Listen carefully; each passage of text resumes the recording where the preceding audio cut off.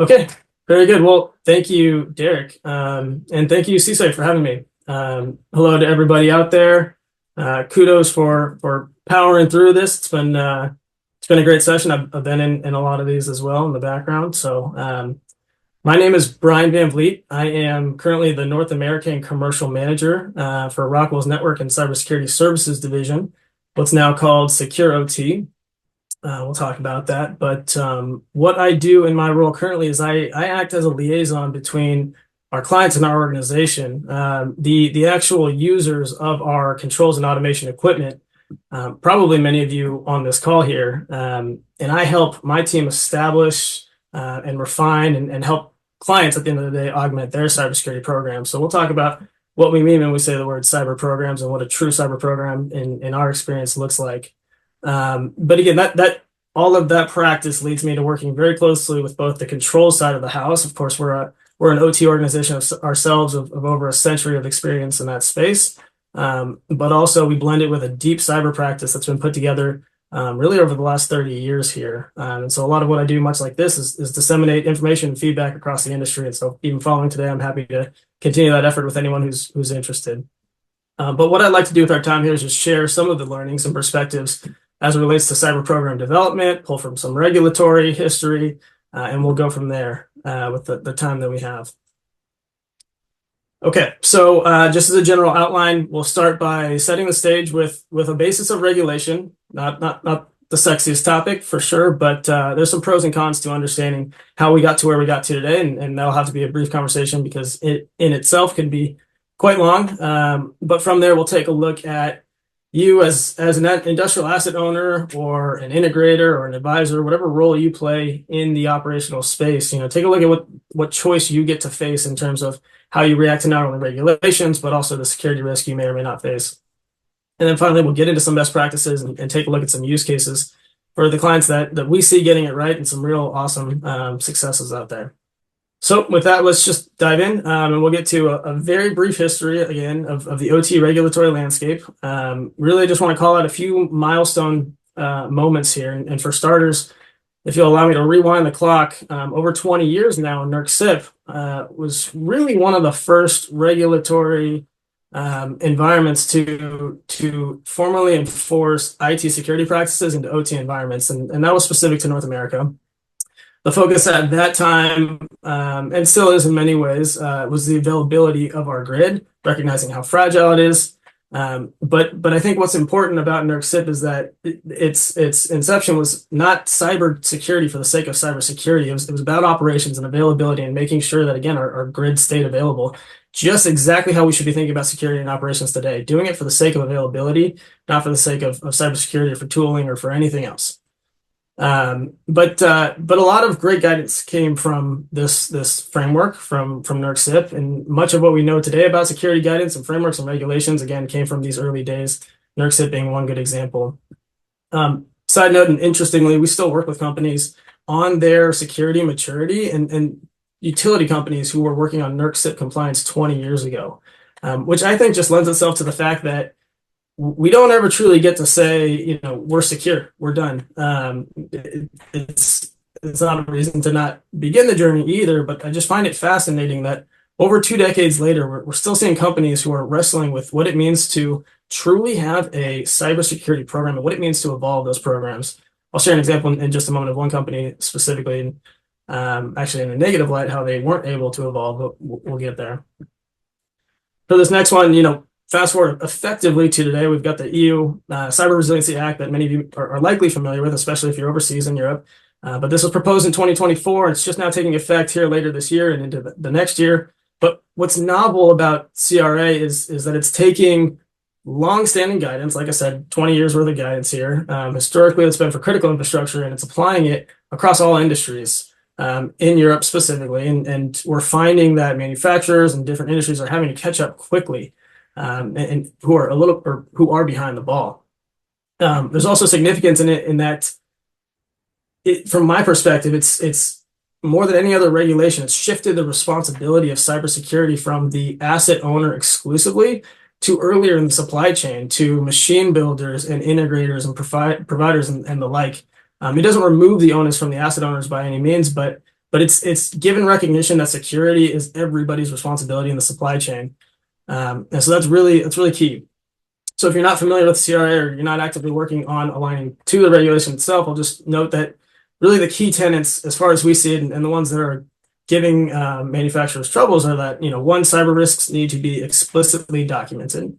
Number two, manufacturers need to report on their actively exploited vulnerabilities and incidents, and that's a big change as well, right? Previously, we like to keep that behind our closed doors.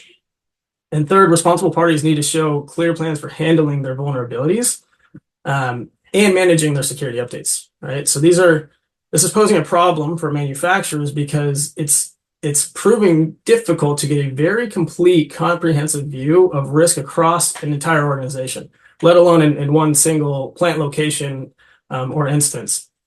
And then expanding that out, taking corrective action plans and finding out how do I actually remediate my risk and what do I do about it is proving next to impossible. Again, if you can't adequately capture and assign and prioritize that risk. So we're having ourselves lengthy conversations with manufacturers, not just in Europe, but outside as well, North America, Asia Pacific, as it relates to the Cyber Resiliency Act, to help people establish roadmaps for getting from point A to point B and point C and so on and so forth, or if you're somewhere down your journey, how to continue to improve and optimize that. And that's a lot of what this activity is driving out. But the last point here is that it's not just regulation that creates, sort of this compliance landscape. SEC is a good example as well, and they're refining this rule. But in 2023, the SEC made its own decree that any public organization here in the U.S. has to disclose both a risk management strategy and same as CRA, they have to report incidents, in this case, within 4 days. And again, that's causing a lot of time and effort and discipline for organizations to comply with that.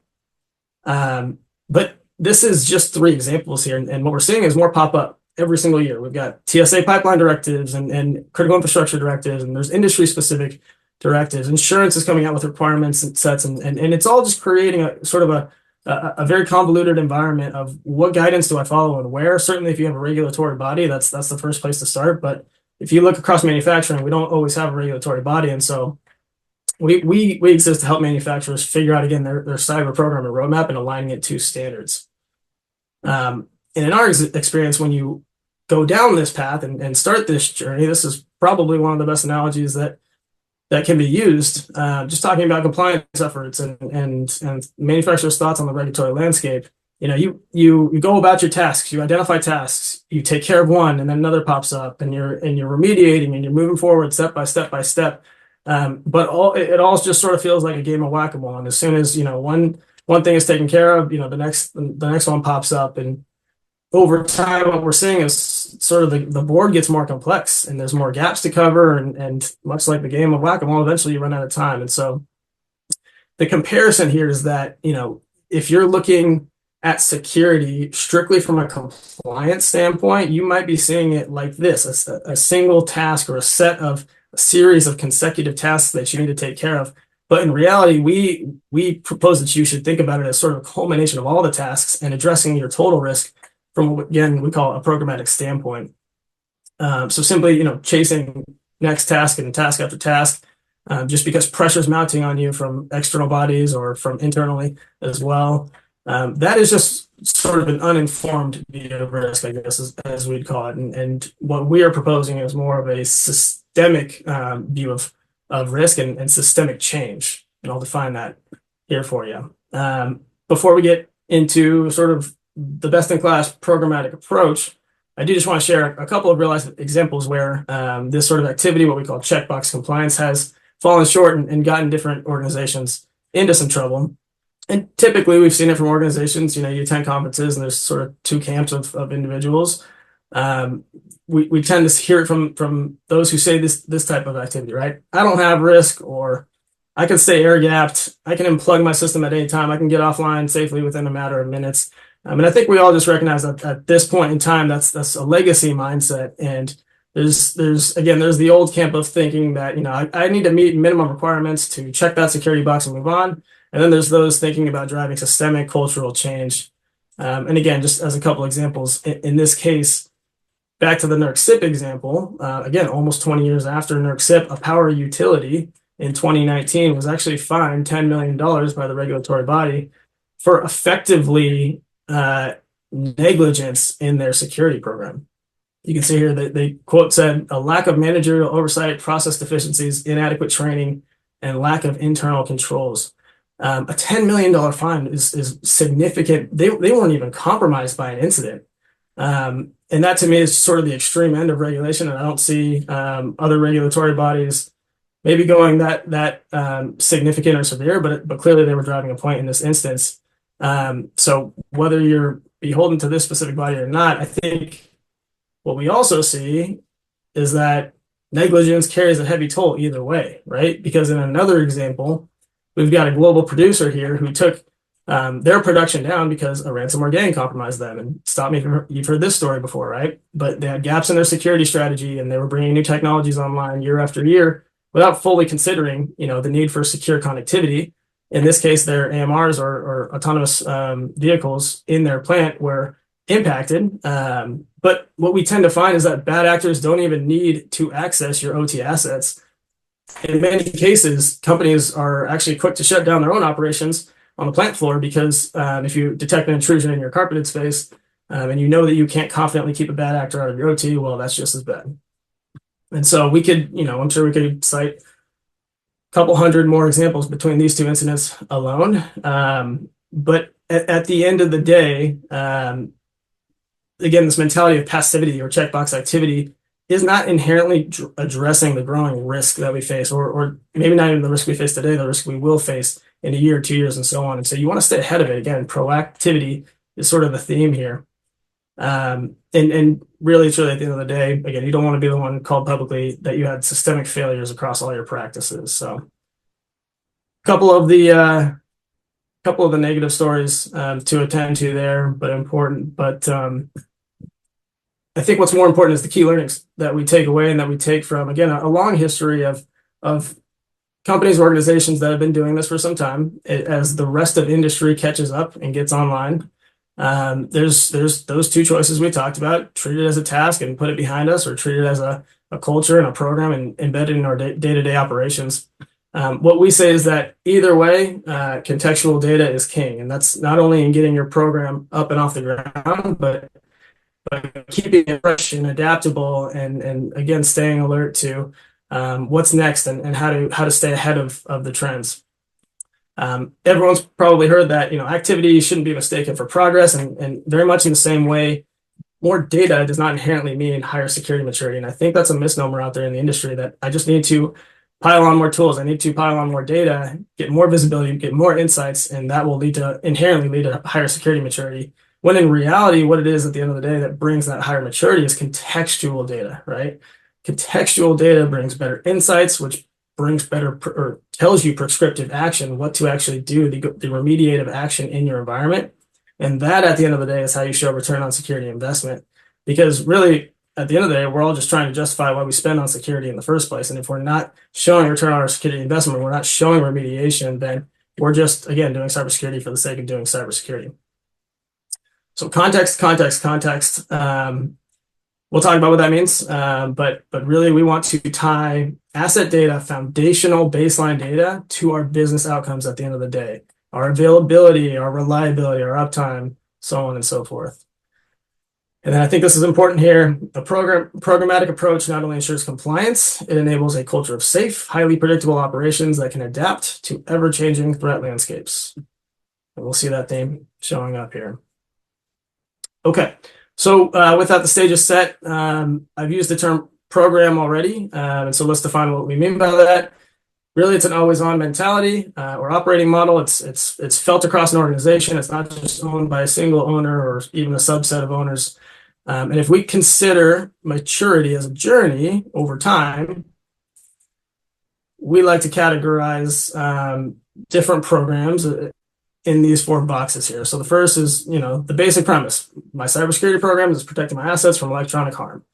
Okay, noted, that makes sense. Actually, this piece, intentional or otherwise, is important because, as a side note, a lot of attention around cybersecurity is about external adversaries and the trouble and harm that they cause in environments, and rightfully so. But we still see that the majority of incidents that occur in OT environments are actually unintended actions taken by users with legitimate access to your system. So as much as you're securing yourself from the outside world, you're still securing yourself from yourself in many ways. But then we scale up here in our maturity, we see that properly executed a program provides outcomes. So again, availability, scalability, reliability, so on. And now we're starting to think differently about our program, right? And over time, programs start to build out. They don't just spin up overnight. And we see that a program is much more than just a piece of software or a piece of hardware or even a collection of software and hardware. We need to start baking into our program the processes as well. So, which is the piece up here. Ultimately, a security program is people executing established processes enabled by technology. And that's where we're really getting somewhere. That's the goal we're really trying to get after: people, process, technology. If you've been around the security space, you've heard that before. But it's really important to put it this way: people executing established processes enabled by technology, really purpose-built technology in the case of OT, and delivering outcomes at the end of the day. That's what's most important, and that's how you should really be framing up your cybersecurity program. And at the end of the day, we say the choice is yours. You can do checkbox compliance, and that works for some. But you can also join us on this journey of a programmatic approach and truly address industrial risk at the source.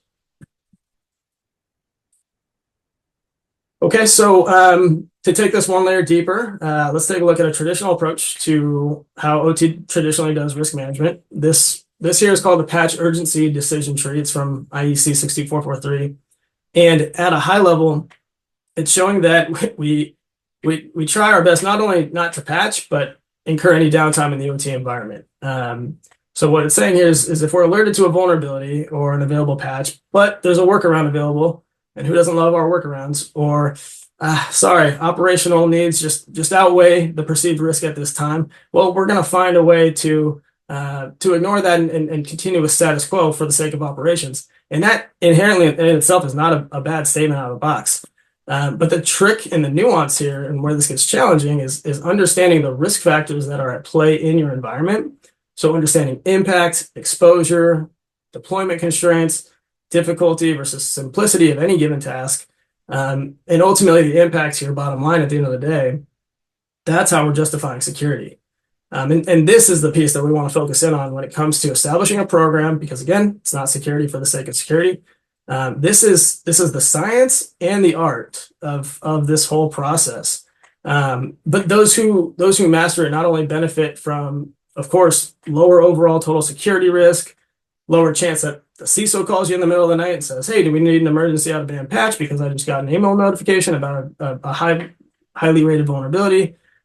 You get all that, yes, but you can also harness data and insights from this program to generate returns back into your availability and reliability in your operations. So it's truly security and operations coming together, which is what makes this a really effective and again highly returnable, high return kind of endeavor. This is showing here how those typically do it. How we see a lot of different approaches to holistic visibility, trying to get a holistic view of our industrial risk. This tends to be sort of a common approach that we see. You want to start by gathering as many data sources as you can. And again, this gets back to the whack-a-mole sort of analogy, right? Just to play this out, you might start with, okay, I've got to understand my inventory. And so I'm going to pull that from whatever data sources exist today. Is that just my IT inventory? Do I need to go get my OT inventory? And the same for vulnerability mapping, right? Do I have vulnerabilities mapped out today? Likely I do in IT, but do I have it exclusively in OT as well? Maybe not. I'll have to go get that data source.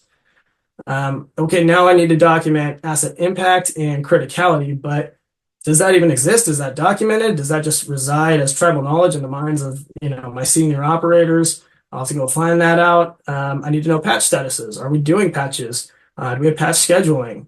I have OSs and I have applications and I have controls environments, so I need to capture all that. And the same goes for backups, right? Am I doing backup scheduling? That's all different categories that we need to consider when putting together a holistic view of our risk. Oh, and at the end of the day, we've got stakeholders out there, our board, senior leadership, insurance, who wants to see that holistic view, and they don't want to see 5 different individual tools or dashboarding or reports. And so I need to aggregate it. Maybe I'll put it together in something like Power BI, for example. And who owns that at the end of the day? This is the trick and the nuance and what we want to avoid. Because if all we're doing at the end of the day is stitching together individual silos of information, it'll beg the question quite quickly, actually, are these systems purpose built and are they sustainable? Back to that utility example, the one who was fined $10 million, they put documentation in place. They had answers to compliance when the compliance, came around originally. But they gave no thought to the upkeep of it and the upkeep of their program. And so it went stale. And when auditors came back, that's when they were hit with their fine. And so the question you want to ask yourself is how are my people going to manage any sort of tooling that I put in place to accomplish a goal or objective in my security risk program? Remember, it's people enacting processes enabled by technology, not the reverse. It's not technology that's engulfing people and derailing our processes. So we just say, be wary of Frankensteining systems for short-term gain, but ultimately in the long term, creating something that's unsustainable and potentially leaves you reactive to the care and feeding of the overall sort of beast that you've built. And so in reality, this is what we advise. We advise that you need a multifaceted program that pulls real-time data from the right data sources and combines all of it into a common harmonized view of your risk. You need the right amount of data. Yes, you need lots of data out of your assets, but more importantly, you need the contextual data, right? The context out of it. There's that term again, right? And so we like to say that true OT security is not about individual silos of information or a specialty focused on isolated risk. It's holistic risk, right? And I think where we see some of that mentality, not wrong, is just from an IT risk management point of view, because IT is afforded a little bit more the ability to think that way, right? When you have a homogeneous environment where it's more or less, Windows 11 out there saying, and all of it can be auto patched or auto locked down. You don't have to worry about the interdependencies of your assets as much, but as we know, OT is full of, if-then statements, and I've got primary security controls and secondary security controls and tertiary and so on and so forth. We can't afford to be silo focused. And so we need an interdependent platform and system and mindset and incorporate all of our risk in totality. And I think, here in this list, end of life is a great example. Figuring out, can we truly calculate our total risk? Assets are great, vulnerabilities are great, but if we don't know the full asset life cycle that exists out there, if I don't know, if I patch one asset and I don't know what the up and downstream effects are of other assets that are connected to that asset, potentially decades apart in their asset life cycle, I'm going to get into trouble, and I'm going to find that I'm going to potentially bring some systems down without taking those considerations into effect in advance. So again, this is where the science meets the art. Just moving along, for the sake of time here, these are the four vectors or data types that we go collect when we build a total view of that risk. They're just categories, but we need as much data from within these individual buckets as possible. So endpoint data, ideally, you need to go get endpoint data from the endpoint itself, as that's the original source of truth. External risk factors, so this is your known published risks by National Vulnerability Database, NVD, and other databases. Operational context, this one's key. This is what I feel is most often overlooked or left to operations, and security and operations aren't tying off on the same page about what the operational context is of any given asset.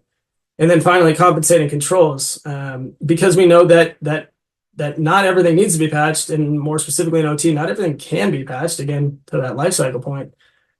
We need to consider the multiple layers of mitigating security controls that we've likely already put into place, right? Segmentation, antivirus, whitelisting, EDR, backup status, all of that impacts my total risk in a positive way, and we need to capture that. And so why we show this is because most organizations capture some, if not most of this data, but what we tend to find is that very few capture all of it and take it all into account. Because what we do with it is shown here. This is what we recommend, how we sequence the different categories that we just showed. Fundamentally, we start with using the asset as the foundation of the risk record. And at this point, we're no longer talking about just an asset inventory, right? We're talking about an asset registry that has ties to multiple other data sources and inputs and references. And from there, building context with your operational impacts, and then your external risk factors, and then finally your compensating controls. And if you, as a practitioner, if you've ever been drowning in security advisories or alerts, or you don't know what to prioritize or where to start because it's too overwhelming, it's likely that one or multiple of these layers aren't being factored into your total risk calculation, because otherwise, again, if we're just to look at something like external risk factors, we can see tens of thousands of vulnerabilities and pretty quickly get overwhelmed and not know where to start.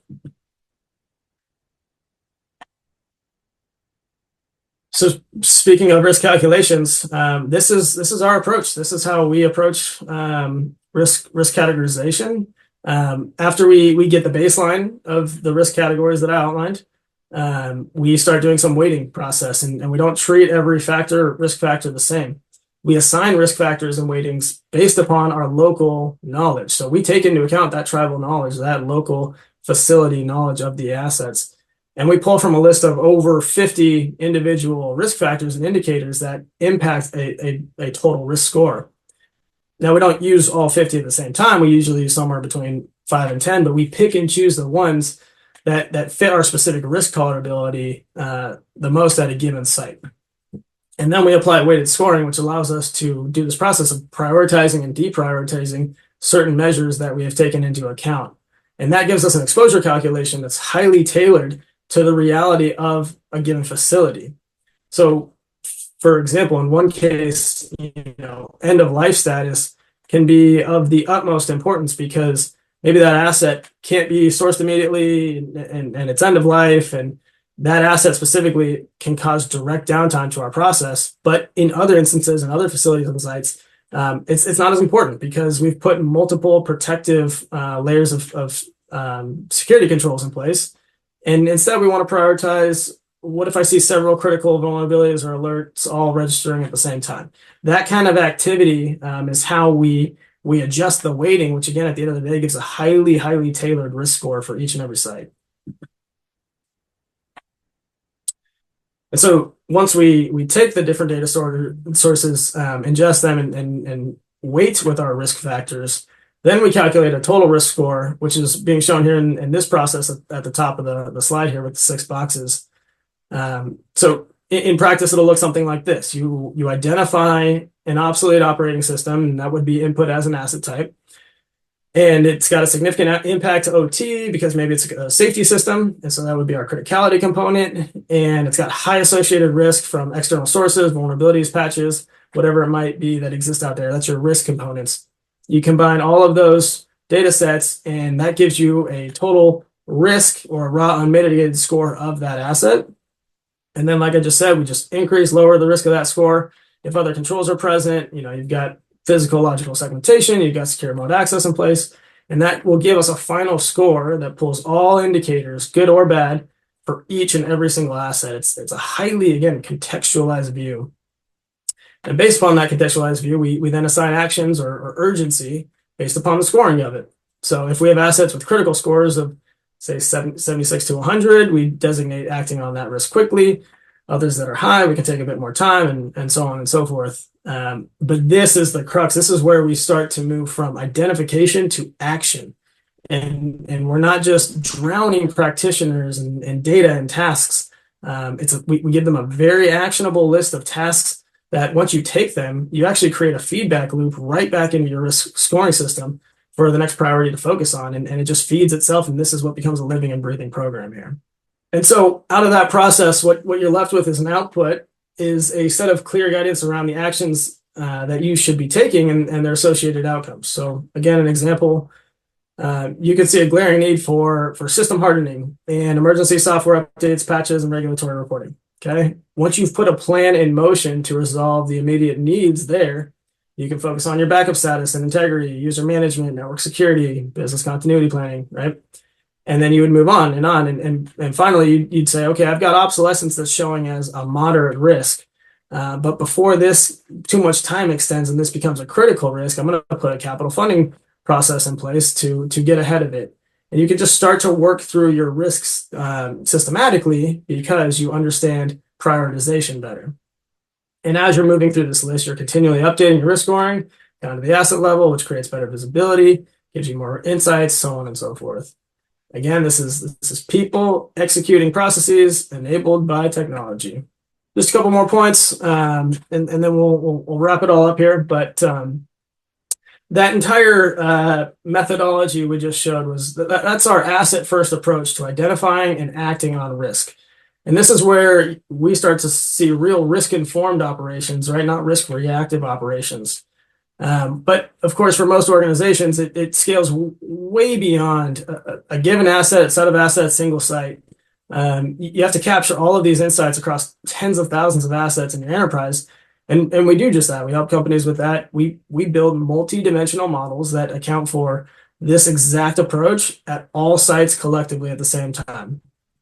So, for example, what we're showing here in the schematic here is that, by creating plant level visibility, which generates your asset context that we talked about, and then you implement on top of that regional oversight for, local continuity, meaning you make sure that risk is captured the same way and with the same process on all sites. Then you can roll all of that up and do an enterprise view of visibility, which gives you that trending and that analysis. And now when the board or leadership or insurance or whoever it is comes asking for your data and insights, it's all collectively captured, but it's captured all the way down to the asset level. And so it's not created from the top down perspective. It's actually built from the bottom up. It's what we call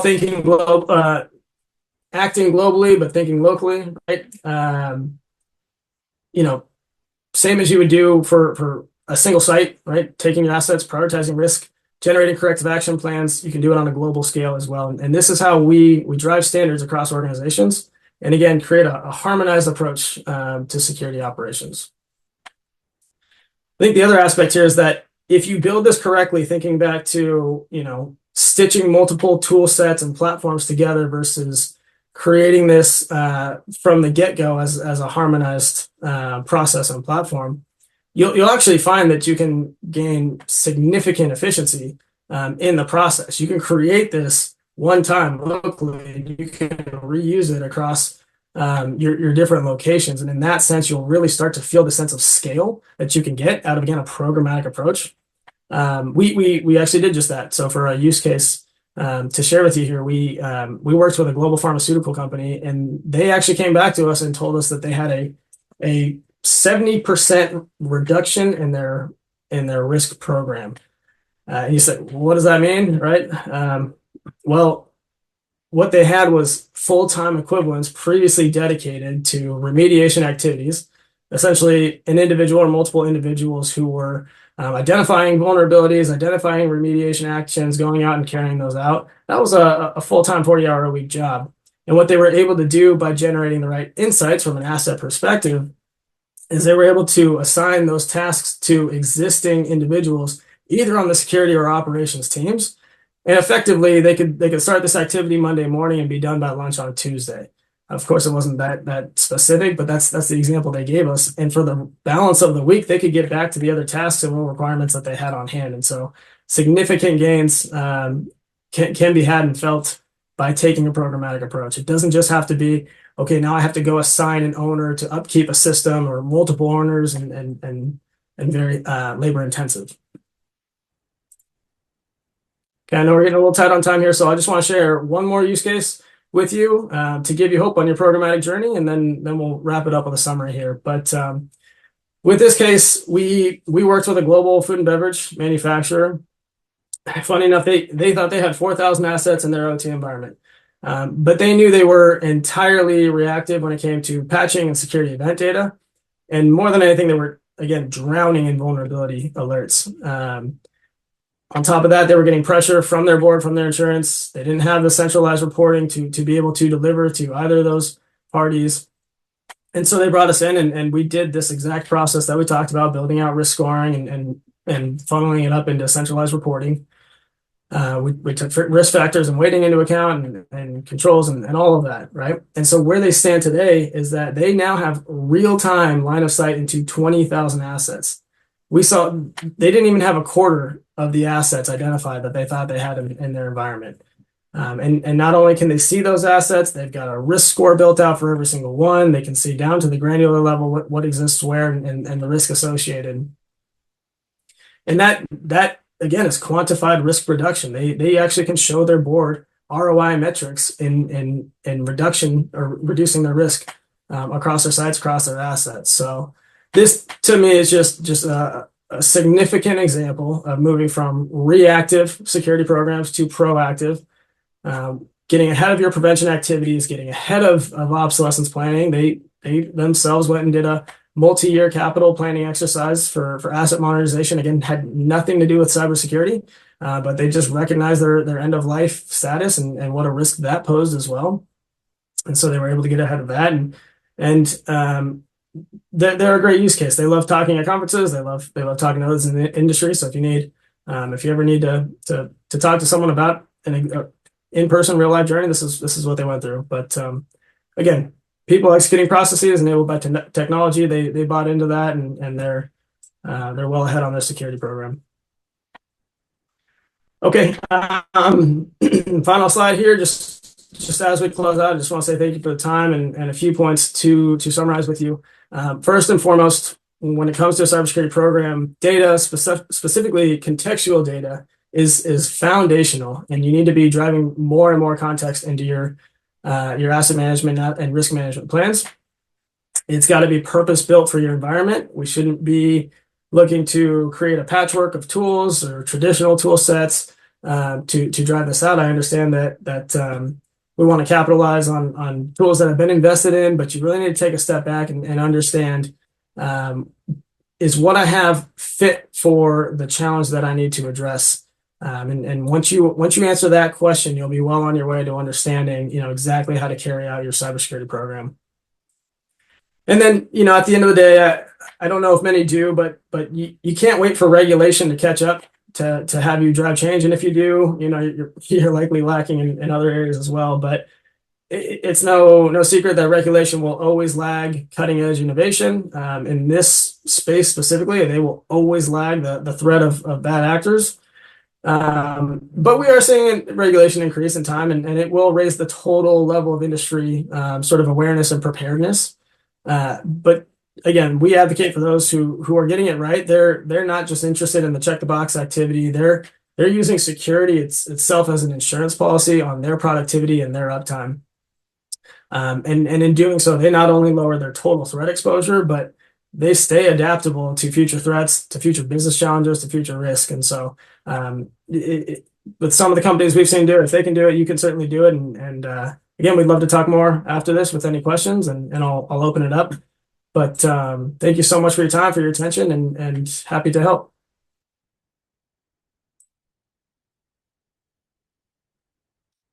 Derek, looks like you might be muted. Well, why don't I undo that? That'll be pretty helpful, won't it? Hey, that was not bad. That was awesome, super comprehensive, and thanks for bringing a lot of energy here at the end of the day. There are a couple things there that were, I think, pretty thought provoking, and you each brought different aspects to this. But I liked the discipline that you brought to some regimentation here. These are the steps, these are the building blocks.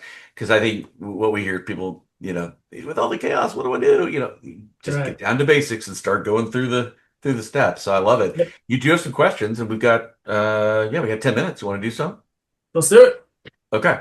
Let me make sure I don't forget to change our background here. All right. Okay, cool. How do you view the CRA and the CRA in the EU and its impact on present vendor product lines and the cost of developing SL 1 through 4 products from the outset, and the need for validating conformity to an independent assessor? Fantastic question. Someone who sounds like they live and breathe this every day. And so I will answer it generically, but truthfully to say that if you wanted an in-depth answer, we could certainly field that answer, because we have product experts who are doing just that. They are with Rockwell ourselves. We're not just an organization consulting out there and advising companies. We are a manufacturer ourselves, so we're dealing with all the same regulations that the industry is too. But what I can say is, and actually it goes back to the last presentation about secure by design. That is how we're trying to reshape everything that we're doing in this space. And again, I'll just speak to Rockwell's experience. We have been incorporating security into our design practices for decades now because we recognize that it's not bolted on at the end. I think we all recognize that. And you don't just get a regulation like CRA and go, okay, now I need to incorporate aspects into my design. No, you have to fully redesign whatever it is that you're providing from a secure standpoint. And again, that's what makes CRA so landmark, so different than other previous principles. Because before it was, okay, go tack on a vulnerability management program to what you're doing today. Go tack on, secure access into your environments. But CRA is making everybody take a step back and again, secure by design. And so we're working with organizations again globally, but anyone who has anything to do with anything in the EU, we're helping them redesign their practices to meet CRA. What's the if you had to, assign a temperature or a barometer or whatever, what's the level of pain? Associated with complying with CRA? People trying to, yeah, where they are at the various, maturities and grappling with it. Yeah, good question as well. I would say it's heating up. Again, there's been a 2 year runway here that the EU's given to comply with this, and so it's been taken seriously for a couple of years now. Most are at the point, again, most that we're working with are at the point of saying, I'm good. I've got the basic compliance met. There's obviously stages and phases, and again, a journey of itself in CRA. And so I feel like many organizations aren't at the point of saying, I've got a deadline coming up in 3 months and I haven't done anything. However, there are those who, again, are having to rework practices. We're having to see some rip and replace kind of activity that we never want to take in the OT environment. But, you can no longer be running, 40-year-old technology and keeping an updated patch program. And so some people have had to do some significant overhaul in their programs. But I'd call it, if you had to have a number, between 4 and 6 out of 10, because people have gotten ahead of it for a couple of years now. Yeah. Okay. That's actually that's cool to hear because I do remember, and now that I think about it, yeah, it's been over 2 years. There was much more anxiety. It sounds like there's the way that was rolled out, giving people a heads up and people taking it seriously. It sounds like there's some good outcomes in the works there. That's awesome. What ways can you make executing regulatory tasks more structured and organized? Great question. That is all about creating a risk management framework, right? And so, again, anyone can take the checklists that a compliance framework gives you. It doesn't even have to be a regulation, right? NIST CSF, we've had people for years say, how do I better align with NIST CSF? Well, it's all outlined there, and you can go into NIST 882 or whatever it is, right? You can get the checklist. But checklists will only take you so far. It's stepping back to create your own, again, risk management framework, which is a holistic view of me understanding my risk and my risk appetite. And then it becomes very clear when I need to go align with, line item 192A through C. I know what to do because I've got a very clear picture of my own environment and my risk. It gets a lot harder when you start the other way around. And you say, I've got to align to all this, but I don't know what's out there and I don't know the risk associated with it. Yeah, yeah. There's so many different things, and we could spend hours just on just on this. Right. Um, oh yeah, I love anything about this because there's lots of people grappling with getting the next layer or the leadership layer to. How do you assess or how long did it take to get key leaders to embrace this model, and how do you build buy-in? What was the first part of what you said? How long did it take to get? How long does it take? Yeah, is this so? When you talk about the 2 year warning, who was taking it seriously? Was it at executive level because there was risk to not, getting on board, or and so it was driven down, or did it bubble up, or was it both? What is the sort of executive leadership level awareness buy-in of this? And it was that, is that an area where that's where it's been driven from, or needs to be more progress made there? Yeah. Great example. It's absolutely both, and it's absolutely company dependent, as you might imagine. But I love giving an example. A decade ago, when I was asking manufacturers, "Hey, what are you doing around your security strategy?" I quite literally was told by people, "I I make milk or I make widgets, whatever it might be. I am not a target for security organizations. And I can confidently say I'm actually proud of the industry. That mentality has gone away. Everybody understands that there's a risk out there. And consistently we go and we pull our most, our largest clients out globally and understand where does cybersecurity land in your overall thinking of risk. It's a top three priority for every single company. And because of that, it is generating downward pressure on organizations who, if you've gotten ahead of it, great. If you haven't, it's generating a lot more pressure in OT. But also, it should not just be a top-down driven initiative. And this is where Rockwell, in a lot of ways, shines because again, we're an OT organization. The OT individuals understand us, and we run operations itself. We work with the operations individuals to help them champion their cause back into the enterprise and say, this is why I need to ensure my availability, or this is why I can't lock certain assets down or patch this or patch that. You got to bring a bottom up mentality to it too. And one of the coolest aspects of what I do, actually, in a lot of ways, is what we call an IT/OT workshop. We just get those two teams together, we put them in a room. And a long time ago, it used to be a lot more contentious, and nowadays it's a lot more working together. But when you get a controls engineer sitting down across from a system architect and IT, and you just let them hear each other what they're doing, the light bulbs start to go off, and things start to make a lot more sense in the security strategy. Well, hey, Brian, thank you. Thank you very much. It was a real pleasure to have you here. Thank you for taking us to the end and bringing us home with a really a strong close. And thank you to everybody. There's a huge number of people still here after such a long afternoon on this topic. So I think it's a testament to sticking around for you. Congrats for that, and thanks for doing it. Thank you, Derek. Thanks all. Real pleasure. Talk to you soon, Brian.